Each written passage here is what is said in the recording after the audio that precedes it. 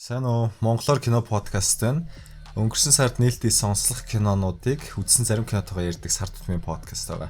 Мөнгөн Харлин. Сайн байна уу? Сайхан шинэлцгээсэн үү? Нэр цагаан сар болсон шүү дээ. Тэгээд энд яригч байгаа кинонууд бол ерөөхдөө битэрийн үзэл бодол тэгээд таалагдсан таалагддаг юм зүгээр хувийн үзэл бодлоор ярьдаг. Тэгээд илүү сайн мэддэг нарийн ширийн харсан хүмүүсийн сэтгэлүүдийг үлдээгч гэж хүсдэг байгаа. За өнөөдөр ярих кинотын нэрийг хэлье. Тэгэхээр эхлээд энэ сард нээлттэйсэн кинонууд. За Black Panther буюу хар ирүүсгээд Marvel-ийн супер баатартай кино байгаа. Annihilation устгал гэж авчруулах юм да. Шинжлэх ухааны уран зохиол кино байгаа. 50 Shades Freed эмэгтэйчүүд яагаад дуртай байдгийг бүр чамаас асууя гэж бодоод тэгээд яриагээд оролцсон байгаа. За Early Man гээд нөгөө stop motion барилын шараар хийсэн юм шиг хөдөлгөж хийсэн шиг тийм хүүхэлдэйн кино байгаа. Эртний хүмүүсийн тухай. Тэгээд үзсэн кинонуудын үед би өнгөрсөн подкастаар нөгөө Оскарт нэр дэвшээд байгаа кинодыг хэлсэн. Тэрний арга тал орчмын үзээд амжсан. Тэгээд тэдний талаар сэтгэлдээ хальт хэлье гэж бодсон. Чи болохоор за өнөөдөр болохоор би хоёр киноны талаар ярих гэж бодлоо. Зохиолч Nicholas Sparks-ийн ном дээр сэтгүүлэн кино олгосон The Choice буюу сонголт гэдэг кино байгаа.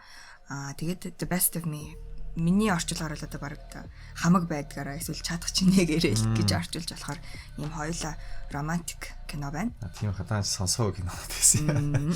За энэ кинодыг өнөөдөр яриад подкаст бол болох нэ. Black Panther ихлэд ярий. Тэгэхээр он гарснаас хойш гарсан хамгийн том супер баатартай кино байна тийм. Тэгээд за найруулагчид болохоор Ryan Coogler гээд 31 настай Америк хүн байгаа. Өмнө нэлээд олон богино хэмжээний кино дээр ажиллаж байсан. Тэгээд 15 онд одоо Creed гээд Sylvester Stallone ингээд нэг хар залууг дасгалжуулж байгаа боксинг тухай кино. Тэрийг найруулсан юм билээ. Rotten Tomatoes-ийн нэг үнэлгээг би хоёр салгаж ийж бодсон. Нэг нь мэрэгжлийн шүүмжлэгчид нөгөөх нь үзэгчид гэж байгаа шүү дээ. Тэгээд Rotten дээр оноо гарч ирснээр мэрэгжлийн шүүмжлэгчдийн үед 97% нь таалагдсан, үзэгчдийн 79% нь таалагдсан билээ. IMDb-гээс болохоор $8 он авсан байна. За ерөнхий үйл явдлыг бол Black Panther-д бие даасан кино. Тийм болохоор өөрийнх нь түүх хамаг учир жанцсан юмыг нь тайлбарлаад явна гэсэн үг. Ерөнхийдөө нөгөө Wakanda гээд Африкийн гүнд одоо нэг тийм нууцлаг далдлагдсан улс байгаа шүү. Тэгээд тэнцэнэ Vibranium гэдэг тэр одоо Captain America-гийн бамбай энтриг хийсэн ховор металл гэдэг. Тэгээд тэрний их ордтой болохоор их баян технологийн үед өндөр хөгжсөн орн байна. Тэгээд Black Panther-ийн эцэгт нэг үш сансан хүн Killmonger тэгээд хүн эргэж ирж байгаа Black Panther-т тэмцэж байгаа нэг тиймэрхүү үйл явдалтай гэсэн бэл. Ерөнхийдөө бол над киног чинь нэлийн хүлээлттэй цаг зав гарахаараа тавигдсан сайт дээр үзье гэж бодож байна. Яа наач. Үнээл театрт л үзэж амжихгүй шүү нөө. Ерөнхийдөө үзэн хүмүүс нь аягүй сэтгэл өндөртэй гарч ирээд байгаа. Би бас нэлийн төсөлтөд хурдхан шиг үзэх юмсэл гэж бодож байна. Театрт бол заавал үзмээр кино шиг санагдсан. Трейлерийн дугаан сахилал амар юм биттэй тий. Тэгээд өөр дөмн ерөөсө харж байгаа нэг хар гаргийн соёл шиг мөртлөө хүмүүс л байгаа бохоо тий. Өөрсдийн гэсэн тэр тулааны хэв маяг хүмүүс нь яасан ч гоё хувцастай юм тий. Ерөнхийдөө дэлхийгээс өөрсдөө нууцсан байдлаар тусдаа хөгжсөн гэдэг утгаар айлуулах юм өрмөцөөр хийх гэж оролдсон гэсэн байсан. Тэгээд тулааны хэлбэрүүд нь л ихэд тэр Африкийн уламжлалт одоо тулааны техникүүдээр сэтүүлж одоо хийсэн гэсэн бэлээ. Чи санаж нь хоёлоо урдны би хэлжсэн шүү дээ. Би нэг өөрөө This American Life гэдэг подкаст сонсдог. Тэгээд тэрэн дээр New Africanism гэдэг энэ Африкийн одоо үеийн яг энэ comic pop culture энтертэй зэрэгцэж хөгжиж байгаа science fiction маягийн нэг хөгжлийн давлгааны талаар ярьжсэн гэдэг. Энэ киноны хувцснууд дээр нь ажилласан эмэгтэй болохоор яг тэр New Africanism-ыг ярьжсэн л та. Inspiration гэж ярьдаг шүү дээ. Санал сэтлүүдээ New African артистуудаас авсан. Тэгээд кинон дээр гарсан костюмуудыг бүгднгийн Африкийн яг авг аймагуудын үндэсний хувцас зүйл чимэглэлээс нь сэтүүлж бүтээгээд кинон дээр хичнээн нэг кинон дээр хичнээн хоёрт дуулах шиг харагдаж байгаа боловч дийлэн хувцснуудыг нь эрзэн тэгээд хувцраар хийжсэн. Тийм болохоор айгу хөнгөн жинтэй гэж интервью өгсөн мөлий. Тэгээд дотроо нөгөө нэг Hunger Games Divergent гэж гадаг шиг Африкийн нөгөө Wakanda харьяалагдаг овгууд нь дотор бас өөрөөр төрлийн өнгөтэй. Өөрөөр өнгөний юм дээр тэ сайн хийгдсэн гэдээс ярьсан байсан. Харахад бол тэр нүд баясгаар их сонирхолтой л харагдсан. Тэр world building юм нь бол янз янз санагдаж байгаа. За яг хөө тэгээд нөгөө Америкт байгаа арьс өмнө үсгийн талаас их цөөхөн цагаан арьстай жүжигчин гол дүрд нэсэн хийх дөрүүд нь хар арьстай гээд нөгөө жүжигчийн нэг нь ярьцээсэлтэй. Холливуудын кинон дээр хар арьстай жүжигчин яг ийм байдаг. Эргэн тойр ингээд чамаас өөр арьстай хүмүүс сонирн байсан тэр хэлсэн билээ. Тэгээд нөгөө cosplay энтергээд дөрүүдээр хувцлын үсэдэг чинь тэгээд хар ийм фэнүүдийн хөдөлгөөр нас их том тэмдэглэлт үйл явдал болж байгаа л тийм хөрх юм та. Гээл гой супермен ч юм уу гой баатар болгоно тэгээд дааш ингээд арьсан хараад старч өгдөг ч юм уу. Нилээн дээр баг Black Panther зарлагдахад л Kotaku дээр л iOS дээр нэг team нийтлэл уншижсэн ах хийсэн Blessing for Black Cosplayers. Тийм ээ. Тэгээд гашаал хувцсууд амар гоё тийм. Угаасаа манай нэг хар найдад байхгүй юу? Эрэхтэй cosplay улаан фэн. Тий хөрх юм та дандаа Power Ranger болсон зэ. Багтай. Тэгээд энэ дээр нэг сонирхолтой санагц юу вэ нөх гэхээр Killmonger гэдэг гол сөрөг дүр нэг байгаа л та. Тэгээд нэг хүмүүсийн бичсэн fan theory юмуд хараад байсан чинь Killmonger-ыг CIA санхүүжүүлж үйл ажиллагааг удирч байгаа гэсэн байлээ.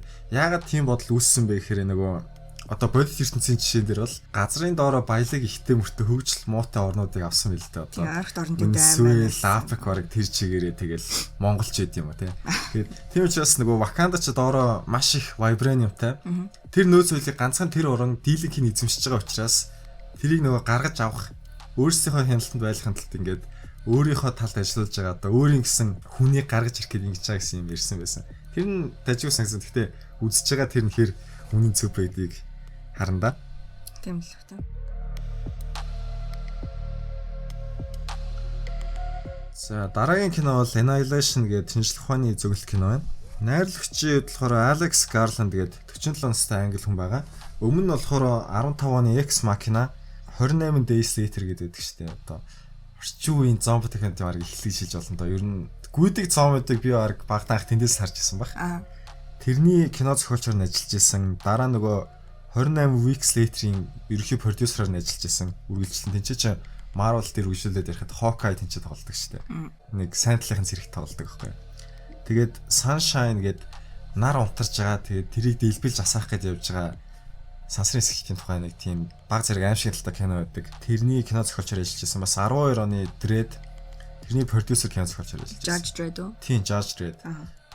Нэрэн зөвхөн дан Dredd гэдэг баха. Сильвестр Сталлоне биш. Энэ 12 оны Dredd бол надад маш их таалагдсан. Дүрийнхэн тухайгаар юу ч мэдэхгүй ирнэ.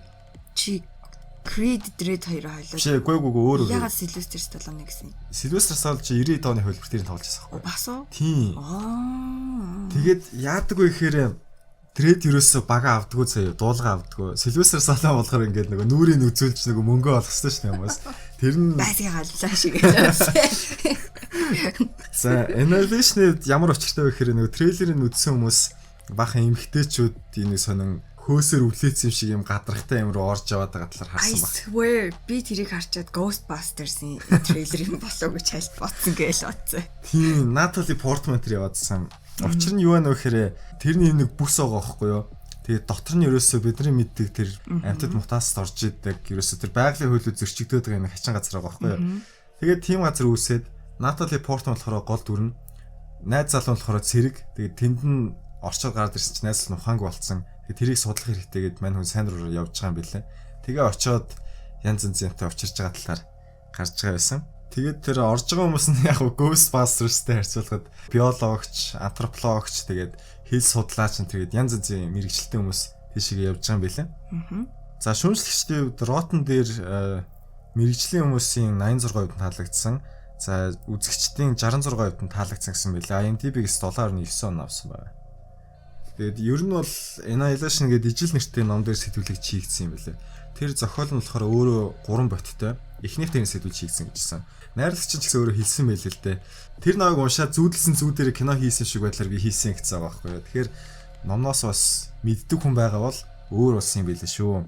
Ерөөсөө номоо уншчаад дахиж уншихаас залхуу хүрээд нэг иймэрхүү ланзааны явсан даа гэж баримжаалаа кино хийсэн шүү дээ. Ямар ч сан Natalie Portman-ы дүр болохоор хагас Аз, хагас Индиан ирлиз эмхтэй байсан гэсэн. За шүүмжлэгчтэй ерөөхдөө тэр харагдах байдал их гоёмсог, сонирхолтой санаатыг дэвшүүлж гин. Тэгээд кино дууссан ч гэсэн юм нэг бодох юм үлдээдэг тий. Төсгөлнийгээ болцсон ч гэсэн хариулт биш хүмүүс ингээд ямар учиртай бол энэ яачж байгаа юм бол гэдэг тиймэрхүү төрлийн кино шүү гэж хэлсэн байсан. Тэгээд театрт нэг үзэхэр биш гэртээ ингээд Blu-ray-ийн татж авч байгаа нэг нухацтай сууж байгаад үзсэн тийм төрлийн кино шиг санагдсан. Түрүүн зураглал нь айгу гоё гэд хэлчихсэн. Тэр мутацид орсон амтан ургамлуудын бас харах айгу сонирхолтой санагдаж байна. Угсаа тийм шин төрлийн төрөл зүйл бодж олно гэдэг чинь амар ажил биш тий. Хүмүүс яаж бодож авсан бол тийм. юм их тийм. Юу л no one does it better than nature гэдэг штеп. Тэгээд энэ киног харсан чинь надад яагаад чинь тэр Андрей Тарковский гэдэг орос найруулагч байдаг штеп. Тэр хүний хийжсэн Stalker гэдэг кино байдаг байхгүй юу? За бидний хамгийн сайн таньдгаас нөгөө служебный роман гэдэг штеп. Монголоор юу гэх нэр нь? Новосэлцтэй юу? Тийм, новосэлцтэй. За ийм нэг явдал. Монголоор нөгөө ийм нэг явдлыг орчуулсан орос кино шүү. Тэрний нөгөө Людмила Парковна л эмэгтэй дарагтан тоглож үжиж чинь тэр нь бас тоглож ирсэн. Гэхдээ гол дүрийн залууг ихтертэн тоглодог байхгүй юу? Тэгээд ерөөхдөө нөгөө нэг Чернобылийн үйл явдалтай холбоотой тэнцээ нэг тийм бүс үсээд төвд нь очих юм бол хүний тэр туйлын өсөл бэлдэн мэлдэг гэдэг нэг бас нэг юм сонирн бүс өрнөж байгаа кино байдаг байхгүй. Тэрнтэй яагаад чи санагдсан? Тэрийг би нэлээд жилийн эхлүүлж чад анхаарал төвлөрч чадахгүй тэгээд орхижсэн. Тэрийг үзмээр санагдсан. Тиймэрхүү санаа авсан байгаагүйс үгүйсэхгүй юм. Угаасаа радиац центр болцсон газрын чинь үг торхоонуудын тэр нурууны парын өнгө бодог энэ тэр сонин хэлбэртэй болсон байдаг гэдэг. Бас тийм байдаг гэсэн шүү дээ. Тийм мутааслагдаад үгүйсээ тийм хэмрүүлчихэж байгаа юм шүү дээ.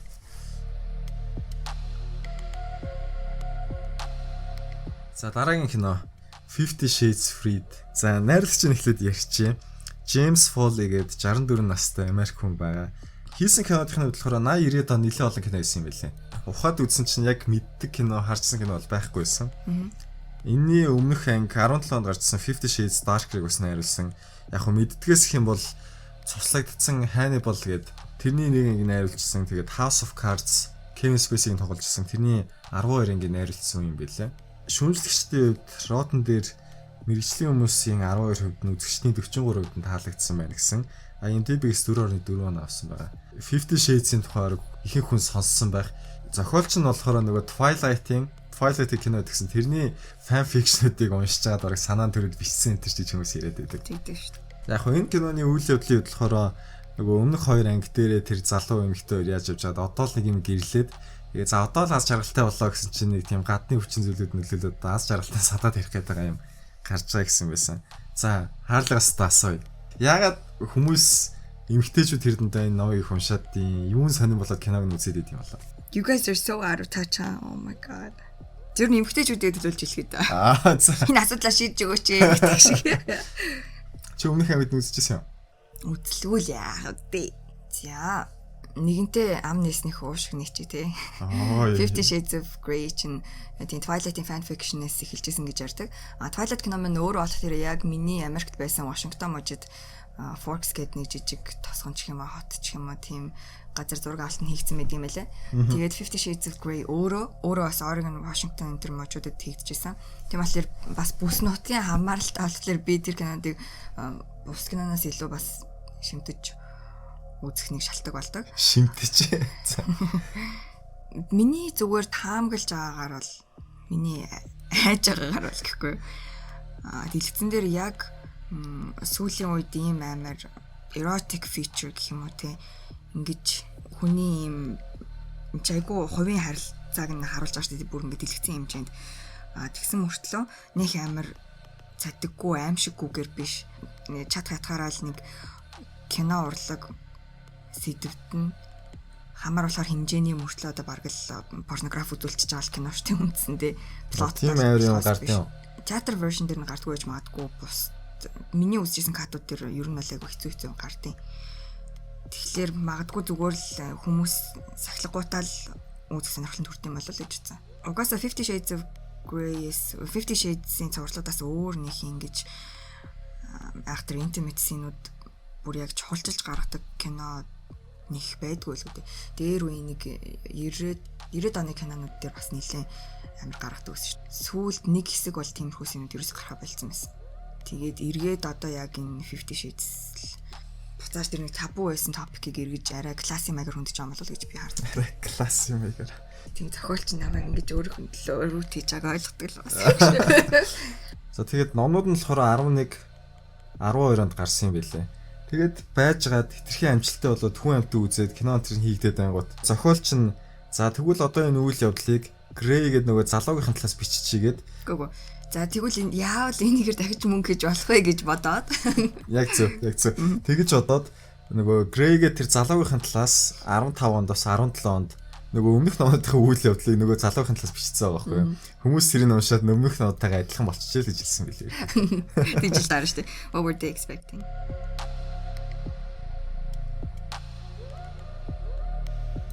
За дараагийн кино Early Man гэдэг анимашн хүүхэлдэйн кино байгаа. Тэгээд чулуун зэвсгийн үеийн хүмүүсийн тухай гарч байгаа л да. Найруулагч нь Nick Park гэдэг 59 настай англи хүн байгаа. Өмнө нь бид нар юугаар мэдэх вэ гэхээр нөгөө Wallace Gromit гэдэг энэ нохойтой хөөрхөн зохион бүтээгч хүн байдаг. 89 онд бүр анхных нь гарч ирсэн юм байлээ. Тэгээд тийм тэрний кинод тэр нь тусгай найруулагчдаар ажиллаж исэн. Тэгээд Chicken Run гэдэг 2000 оны нөгөө дахиануудын оролтыг нэг хөрх хүүхлээдэг штеп. Тэрэн дээрээс ажиллаж исэн юм байгаа. Тэгээд би саяхан Chicken Run-ы нөгөө behind the scene баримт киног үзчихсэн аахгүй. Тэгсэн чинь 1 минутын кино хийхдээ 7 хоногийн ажил орж исэн гэж хэлсэн байлээ. Нүүрийг хөдөлмөр байгаа шүү бас. Тийм шүү. Тэгээд Chicken Run юу нь бол бүх цаг үеийн хамгийн өндөр орлоготой stop motion animation гэж байгаа юм билээ. Хоёрт нь болохоор Wallace and Gromit кино, гуравт нь Coraline орд юм билээ. Chicken Run чинь 200 сая давсан орлогоос болохоор бас тухайн үедээ ч гэлтгүй ер нь их сайн орлого олсон байхгүй. Тийм эргээд үзэхэд ер нь дандаа л гоё зугаатай санагддаг шүү. Тийм хөөрхөн шүү дээ. Early Man-ы болохоор мэрэгчлийн шүүмжлэгчдийн 81%, үзэгчдийн 57% нь таалагдсан байна. Тэгэхээр сансны хувьд бол таарах үнэлгээ авсан байна. IMDb-гээс 6.4 байна.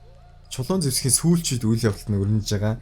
Энийг зохиол нарсан чи Apocalypto-гийн үйл явдлыг төсөөсөн гэж байгаа заяа. Нөгөө хүмүүс чинь амар сайхандаа жаргаад байж итэл арай өндөр хөгжилтэй орнод ороод ирж байгаа байхгүй юу. Тэгэд энэ киноны болохоор хүрэл зэвсэг эзэмшсэн хүмүүс тэр ойроо н ороод ирж байгаа. Тэгээд хамаг нутаг ямиг нь аваа өөрсдийнхөө зорилгоор ашиглах гээд одоо киноны үндсэн үйл явдал бол өрнөж байгаа юм билээ. Хүмүүсийн ерөөхдөө хэлж байгаагаар болохоор яг өмнөх кинонууд шиг нэг тийм шин юм гэх юм одоо байхгүй зүгээр яг хошигнлынх нь хэлбэр нь хിവэрээ. Тэгтээ бүр амар онц сонирхолтой зохиол бол биш вэ гэсэн. Тэгтээ энэ Wallace Gromit Chicken Run дээр ажилласан хүмүүсийн дараагийн киног дутгаар би бол үзнэ л гэж бодож байгаа. За битэрийн яриа гэж бодсон энэ сарын онцлог кинод үед бол юм байна. Тэгээд одоо үзсэн кинодаа ярилцъя. За тийм.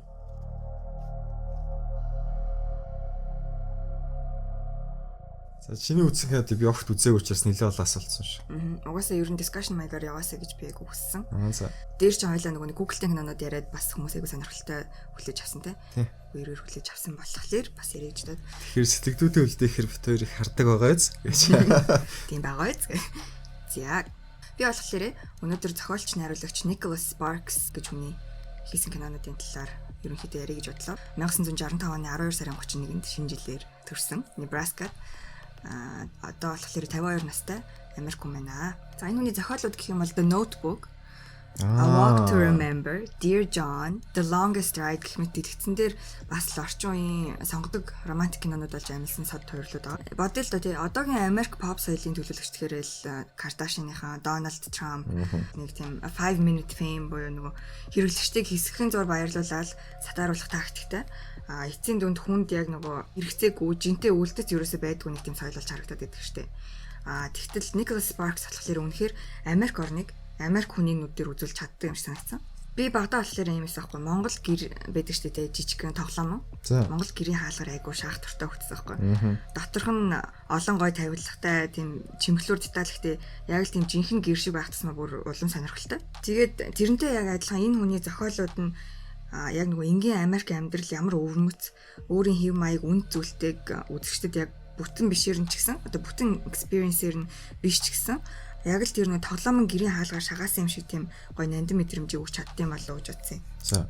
Түрүүн ярьжсэнчлэн хоёр киног нь үзсэн байгаа. Эхний кино нь болохоор The Choice буюу сонголт гэдэг кино байгаа. Киноны үйл явдал нь Small Town America гэж ярьдаг чинь тийм Америкийн жижигхэн хотод нуурын ирэг дээр малын эмч залуу эрэгтэй нохоотойгоо амьдарч итэл нь хажуутлын байшинд нэг эмэгтэй нохоотой эмч хүүхэн нүүж ирдээ. За энэ залуу болохоор нэг алдаг оног үерхтэй нэг найзсгүй те. Эмэгтэй эмч маань болохоор сүт залуутай. За тэгээд эмч эмэгтэйгийн нохоо нь хээлтэд сүт залуу нь эзгүй ахаагуур нөгөө малын эмчтэй те манай хажуу байдлын залуу чинь тэгэд нохтойхоо ачаар энэ хоёр нэг нэгэндээ татагтаа татнасчтэй. Ямар ухаа завтай хүмүүс ээ тийм. Тэгээ бүсгүүчүүдийн ирлэг байсан нөгөө малын эмч залуу нь эмч бүсгүүн хэрсэн үегдүүтэй зан татагдаад урд нь хэнийг ч аваач чаагүй нэг тийм нууц арал руугаа аваачснаар хайртай болсон мэддэг байхгүй юу. За тэр бол хайртай болсон мэдээгүй л байсан юм.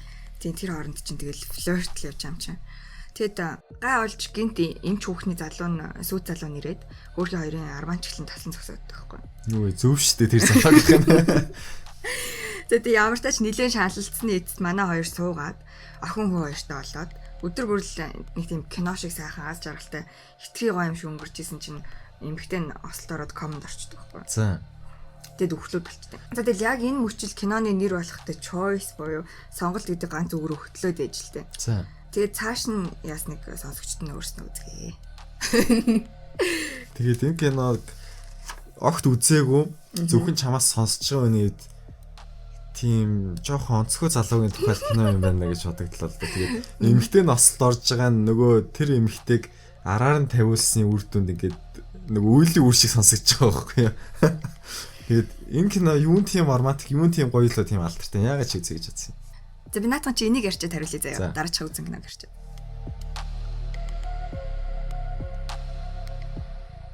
За дараагийн миний үзсэн кино гэх юм бол The Best of Me бас Nicholas Sparks-ийн кино байна. Ерөнхий үйл явдал нь баян айлын эх охин Аманда болон нэг тийм үл бүтэх айлын мөртлөө айгу хүмүүжил сурлага сайтай Доосон гэд хүү хоёрын адармаатай дурлалын түүхийг өгүүлнэ. За Доосон болохоор хичээл номдоо шамдаад энгийн л нэг 10 жилийн хүүхчийг баг залуунасаа өнгөрөх гэхлээр эцэг болон ах нар нь танхаа бүлгэнийхээ хар баруун амьдрал руу татан оролцуулахыг хичээдэг байхгүй. Танхаа бүлгэн гэхээр бүр яг л нөгөө drug dealer, тийм biker gang нэг тийм бүр white trash гэж ярьдаг штэ тийм. Үнэхээр ямар ч мэдлэг боловсруулахгүй яг л өнөөхөл жалгандаа байх туртай тийм айгу хэцүү байлээ. За тэгээд гэрээсээ зүхтаасан Dawson Tucker гэдэг нэг ганц бие өвгний гараашинд машиныг засч толгой орогдтiin. Тэгээд энэ үеэс эхлээд Amanda Dawson хоёр ашгүй нэгтэйгээ уулзаж болцдог болдог байхгүй. Тэгээд ерөнхийдөө Tucker өвгөн бараг л одоо энэ хоёрын үерхлийн загалмаас зэцгэн бол тээ. Тэгсэн чинь Dawson-ы танхаа гэрийнхэн Tucker-ыг ирээд нэвшэртлэн зодоод хашааг нь самраад явдаг байхгүй. Тэгээд Dawson уурандаа Tucker-ын өмнөөс өшөө авах гээд Tucker-ын бууг нь аваад нөгөө аав ах нарыгаа буудгах чагаад сансаргүй байдлаар найзыгаа буудаа шоронд орчихсон. Яа, нацаа. Тэгээд Амандаг энэс илүү заваагаад яах вэ гэдэг эргэлтээр ирэнгүүт нь уулзаалчдаг байхгүй. Ерөөсөө л 30 ангитай солонгос киног нэг цагт багтаа зүйл явдлаа шүү дээ. Айгу цаг хугацаа хэмжээд. Тэгээд киноны үйл явдал болохоор Tucker өвгөн нас орсон гэсэн мэдээг Amanda Dawson нарт дуулгаснаас эхэлдэг байхгүй. Тэгээд энэ үед Amanda болохоор нөхөр хүүхэдтэй айлын эзэгтэй болсон. Dawson болохоор уурхад инженер болсон тийм. Шоронгоос гарсан байсан юм. Тийм нэлээд олон жилийн дараа баг 10 хэдэн жилийн дараа юм шиг. Тэгээд Tucker болохоор гэрээсэлтэй тэр хоёрыг эргээд уулзуулах эцсийн комбигоо зохиосон байдаг байхгүй. Тэгэл бас нөгөө адармаатай дурлал гихчээр цаашдаа энэ хоёр маань эргэж нийлээд нөгөө айгуу тийм эмзэг мөчтэй нэгнээсээ хүсэн хүсэггүй салцсан байсан болохоор эргээд яг л нөгөө хайр дурлал нь сэтрээд тэгэл бас айл гэр салах юм болж байгаа юм байна та тийм. Харин яг яаж дуусгах нь бол би дуусгаад яах вэ? Хэлээд яах вэ? Тэгэд бодсон байхгүй юу?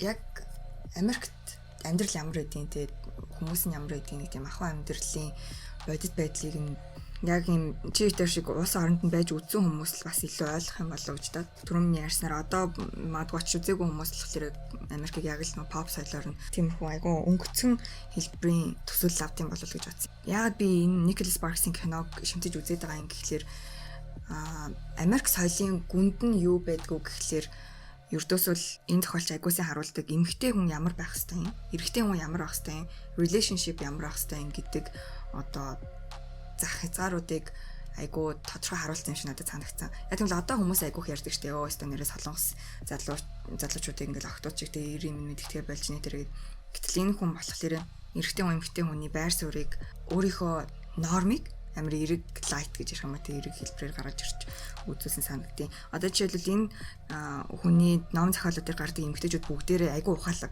Гэсэн мөртлөө айгуу сэргэлэн. Ерөнхийдөө нэг тийм хил амтай гэж ярьдаг шүү дээ, нэг тийм witty гэсэн хурц хил амтай адтай нэг тийм сэргэлэн охтууд.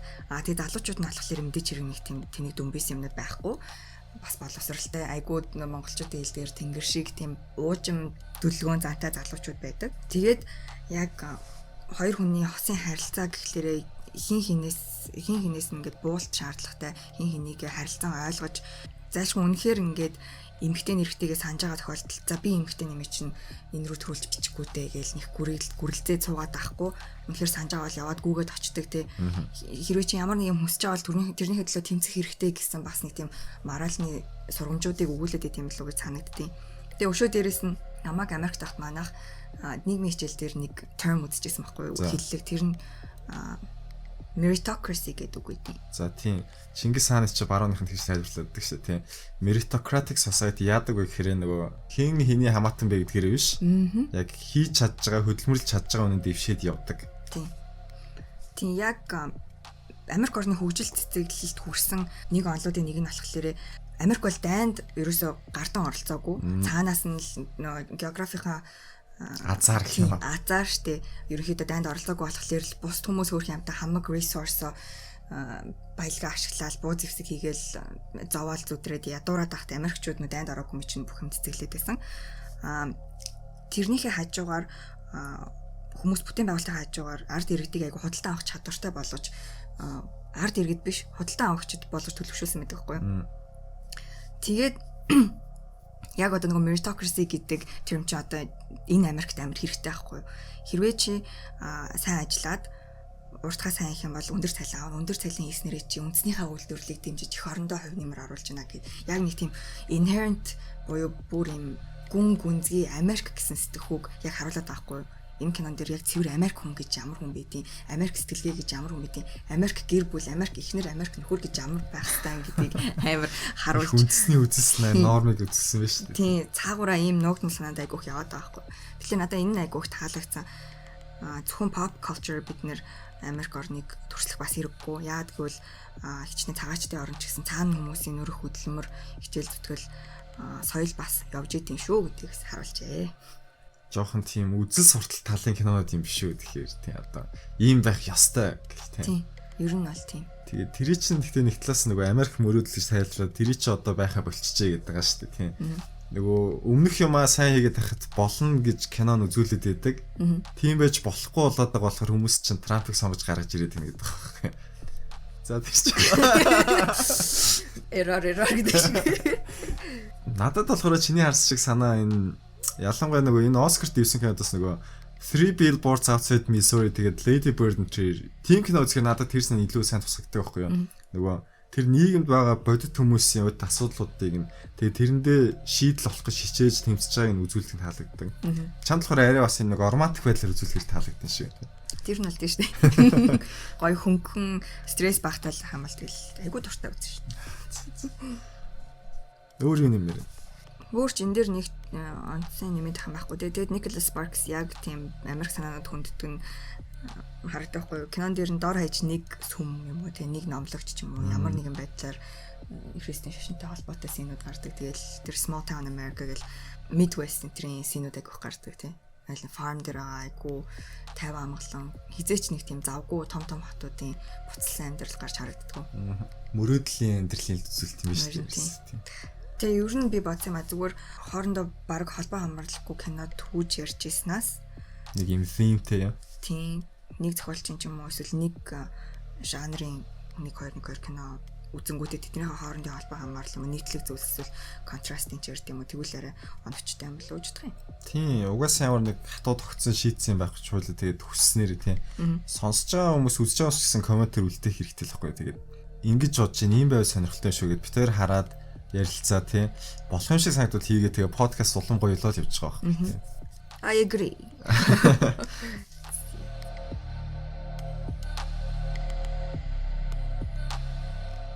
За өмнөх подкастаар Оскарын Best Picture буюу шилдэг кинод нэр дэвсэн кинодыг битээр хальт ярьсан. Тэгээд би заримаас нас үзсэн. Тэгээд тэрийг бас нэг тоймлоод хэд хэд өгүүлбэр ингэж үрсээд явчих гэж бодсон. За Darkest Hour гэхлээр 1940 онд Dunkirk-с англи цэргүүд яг ухрах уу яах уу германчуудтай гэрээ болох үгээд Winston Churchill үүрэгрэл ямар асуудал ямар хавчлагд орсон байсан гэдгийг харуулсан байсан. Gary Oldman Churchill-ийн дүр тоглосон. Churchill ч бол 20 дугаар зууны хамгийн авууга түүхэн дүрүүдийн нэг. Дааж би сайн мэдэхгүй. Тэгэд энэ киног үзэл яаж байгаа. Би ихдээ 1-р дайны нөгөө оролцоо тэр Dardanelle-гээ Турк мөрхт амар фейлжсэн тухайн харчихсан чинь ингээд хоёрдугаар дайнд хэр их олж исэн гэдэг юм сайн мэдэхгүй. Тэгээд кинон дээр нь болохоор ийм байгаа байхгүй юу? Английн дайнаас өмнөх ерөнхийдөө болохоо болоод өөр хүн томилох хэрэгтэй гэдэг гэж байгаа. Тэгээд аргагүй болоод одоо суудал бүглэхэд ингээд Черчиллийг гаргаж иж байгаа байхгүй юу? Тэгээ ямар асуудал тулгарч ийн вэ гэхээр англичууд дайнд орсны дараа Франц ялагдах нь тодорхой болоод тэгээд айрмаа тэндээс гаргаж авч амжихааргүй болоод цэргүүд нөгөө Донкирктэйгаш ингээд бүслэгдсэн байгаа шүү тийм. Тэндээс гаргаж авч чадахгүй боллоо. Манай айрам тэнд устгах юм бол энэ арлыг чинь хамгаалах юм юу ч байхгүй болно. Тийм учраас Италиудаар дамжуулаад Гитлертэй гэрээ байгууллаа. Тэгжиж бид нэр их орноо аварна гэх тийм дарамттай байгаа байхгүй Черчиллэр. За энэ Черчиллийн үед Гитлерийг анх нөгөө сонгуулийн тренер гарч иж хахад энэ юу н аюултай хүн болон дагс үзэл бодолтой байсан. Тэгээд хоёрдугаар дайм болоод Английн асуудалд ороод Гитлерт итгэж болохгүй. Инх тайван гэж байхгүй маань энэ хүнийг бид нар дийлж гарч иж ижил энэ улс орн чинь аюулгүй болно ирээдүйн гэрэл гээгээд ингэж бодож ирсэн байгаа байхгүй юу. Тэгээд нөгөө нийтлэг үзэл сурталынхаа эсрэг өрсөлдөд байгаа байхгүй юу.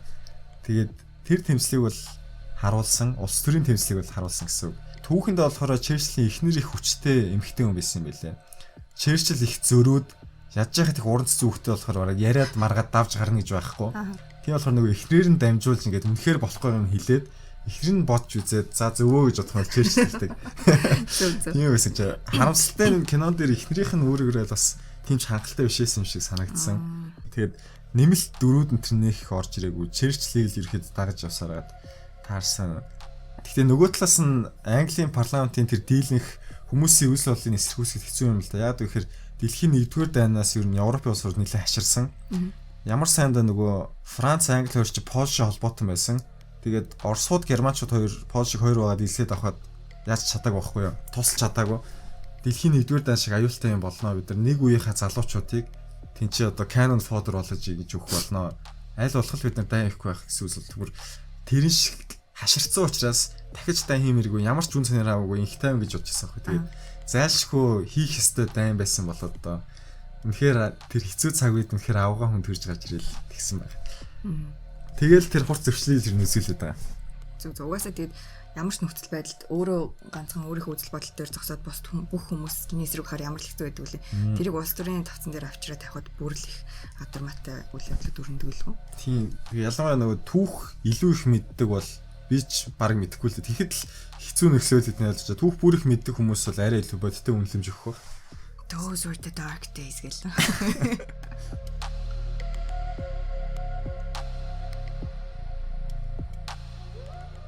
За англичуудаа шууд залгаад яхад яг адилхан цаг үед өрнж байгаа Dunkirk-ийг үзсэн. Christopher Nolan найруулсан гэдэг өмнөх подкастын нэлийн дэлгэрэнгүй ярьсан байгаа. Visual masterpiece гэж хэлж болохоор үлээ. Тэр хадны завсар хавчуулагдсан халуун зулзуу болцоогоо тэр Английн армийг л үзүүлж байгаа байхгүй юу. Яг хуу дараал нь ингээд өөр юм бэлэг үзэхэд бол нэг шугам юм дараалтай биш. Дунд хэсгээс эхлээд ингээд тэнд холбож байгаа юм үзүүлээд төгсгөлд наа ийм учиртай байна гэдэг. Meanwhile in Mongolia гэдэг шиг. Тэгэхээр тэр нь үзэхэд тийм ч саадтай байгаагүй. Хүмүүс ямар золиос гаргаж исэн бэ гэдгийг л их сайн үзүүлсэн шиг санагдсан. Хүмүүс гоё санагдаа тэгээд түүхийг судлах юм бол ийм асуудал байсан юм байна. Үнэхээр хэцүү байж гэж мэдж яхаар гоё киноос шиг санагдсан. Надад бол Darkest Hour-аас арай илүү таалагдсан шүү. Яа гэвэл нэг газар дээрх үйл явдлыг үзүүлж байгаа. Харин Churchill тухай кино болохоор Dunkirk чинь зүгээр л газрын зураг дээр хэцэг байхгүй. Тинчээ 300 мянган байна тоо. Dunkirk дээр болохоор тэр 300 мянга чи ийм нүртэй, ийм түүхтэй, ийм зовлонтой, ийм амьдралтай байсан гэдгийг илүү сайн харуулж байгаа. Пүрэ face to a name гэж ярьдаг шүү дээ. Одоо статистик биш хүн болгож байгаа байхгүй юу? Амьлуулж гаргаж ирээ. Тийм, тэр нь бол таалагдсан. Түүх угаасаа л уншиж судлах тийм байдаг үстэй. Сонсоход тэгээл нэг юу хин хаана гэдэг нь мэддэхгүй. Яг шинтэй тархахлаар бид нартай л адилхан хүмүүс бид нартай л адилхан амьдрал өрнөж исэн юм байна гэдэг нь боддоор мэддэг. Харин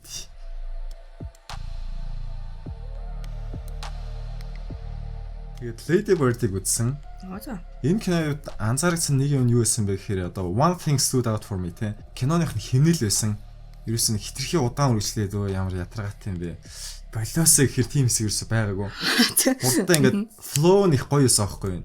Нэг хэсэгт удаан гацгаа. Тэгсэн мөртлөө ингээд жагсаалан дээр чек хийгээд яваад байгаа юм шиг биш. Тийм natural байдлаар ингээд үргэлжлээд яваад байгаа аахгүй юу. Тэр талаас бол үнэхээр их таалагдсан.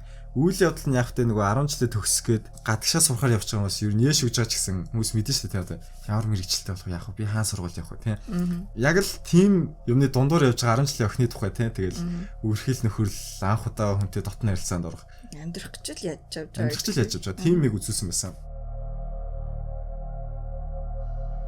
За дараагийн кино болохоор Get Out байна. Ерөнхийдөө аим шиг кино. Гол дүр нь болохоор тэр хар залууга Америк хар залуу. Тэгээд цагаан найз охиныхоо одоо жижиг хотод байдаг тэр аав ээж дээр яаж танилцуулж байгаа үйл явдалтай. Тэгээд тэр хот нь болохоор харуудыг мис заслын аргаар, ховсын аргаар ингэж өөрчлөөд ингэж өөрсдөө уусаж авдаг тийм үйл явдалтай кино байсан. Oh my god. За. Надад нэх онц санагдаагүй юм. Зарим хүмүүс бол их нөлөөлсөн шүү дээ. Энэ кино надад зүгээр л нэг таалагдж өгөөгүй. Нэг үзэс идэлээ аа ч төрөөгүй юм. Тийм би бүр хичээж ганц бусад кинод нүцгээ Blu-ray-г гараагүйс энийг харсаас л их хэвтэй байсан. Desperate байсан болохоор тийм.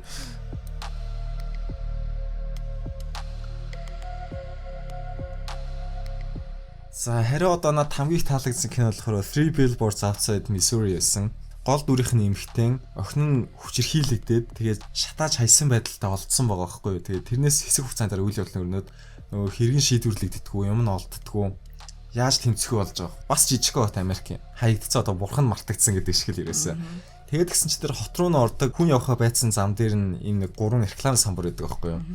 Тэгээд түрээслээд тэр самбар дээр одоо энэ асуудлаа шийдвэрлэж өгөөч гэдэг шиг яг тийм юм тавьсан байгаа байхгүй юу.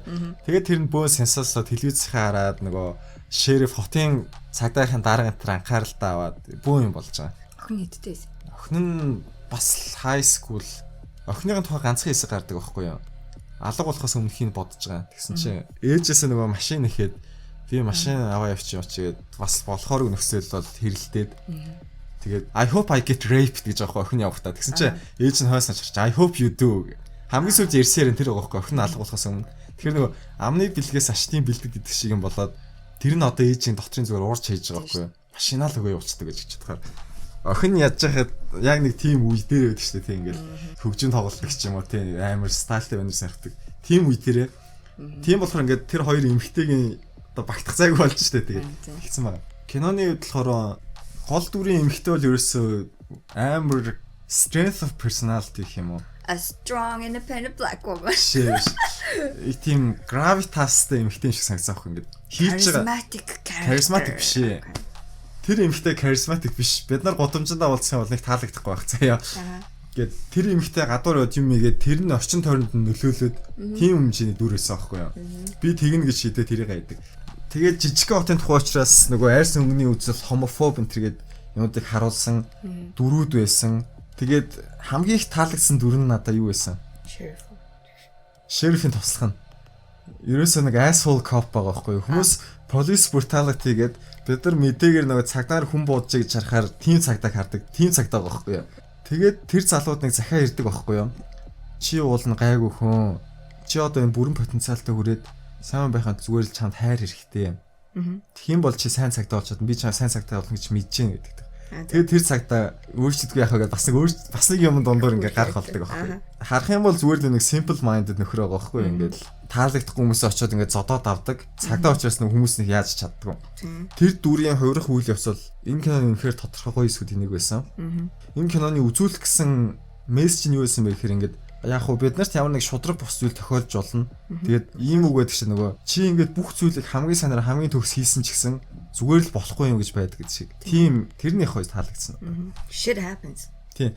Тэгээд энэ киног үзчихэд Оскараас бусад кинодыг үзсэн ч гэсэн би энэ киног л бодоодсэн л да. Энийг заавал дахиж үзэндэй л гэж бодсон байсан. Ер нь бол тэр Middle America тийм нөгөө эргийн лаг хотууд биш, тэр флаши газрууд биш. Зүгээр л амьдрах чил яаж байгаа юмсийн тухай байхгүй юу. Тэгээд үзэхэд бол нэг тийм Монгол киноч ч юм уу нөгөө өмнөх подкаст ирсэн нэг амар нөгөө хит жүжиглсэн гэдэг жоохон буруу ашигласан шиг лээ. Тийм биш одоо юм нэг ямар нэг merit-гүй юм бөөн зовлон үзүүлээд байхгүй. Үзэхэд маш сонирхолтойгоор яах вэ гэж бодогдохоор тийм тэгээд pay-off нь их гоё, өгж байгаа ухаал их гоё. Бүр амар юм зовлонтой энд зовж ийн гэл ингээл хашгичаал зовоол юм байхгүй зүгээр л үзэхэд зүгээр л их гоё кино л. Тэгээд сая ярьсан кино дундаас ганцхан кино л үзье гэж бодож байгаа бол би Three Billboards Outside Ebbing, Missouri-г санал болгож тээ. За энэ сарын подкастд бол юм байна. Тэгээд нөгөө Оскар гарч байгаа болохоор аль болох нөгөө Blu-ray гарсан хэвээр үзгээд юм болоод ярьсан. Harley их зүйлснээ дэвшүүллээ. Ямар нэг үзэлснэг илэрхийлсэн эсвэл нэг онцлог хүнийг тойрсон хэвээр ч юм уу үзээд ярьж ивэл надад бол их таалагдлаа. Тэгээд сонсож байгаа хүмүүсээс сэтгэлээ үлдээгээр энэ хэр зүйлснэг эсвэл ингээд бит хоёрын шал хутгаж байгаа сэгсрээд гаргаад ирсэн шиг юм хамаагаа кино сонсон гоё юм уу те. За ингээд цаг гарган үзсэн сонсон бүх хүмүүстээ маш их баярлалаа. Мөнгөн болон Harley ялаа. Баярлалаа баяртай.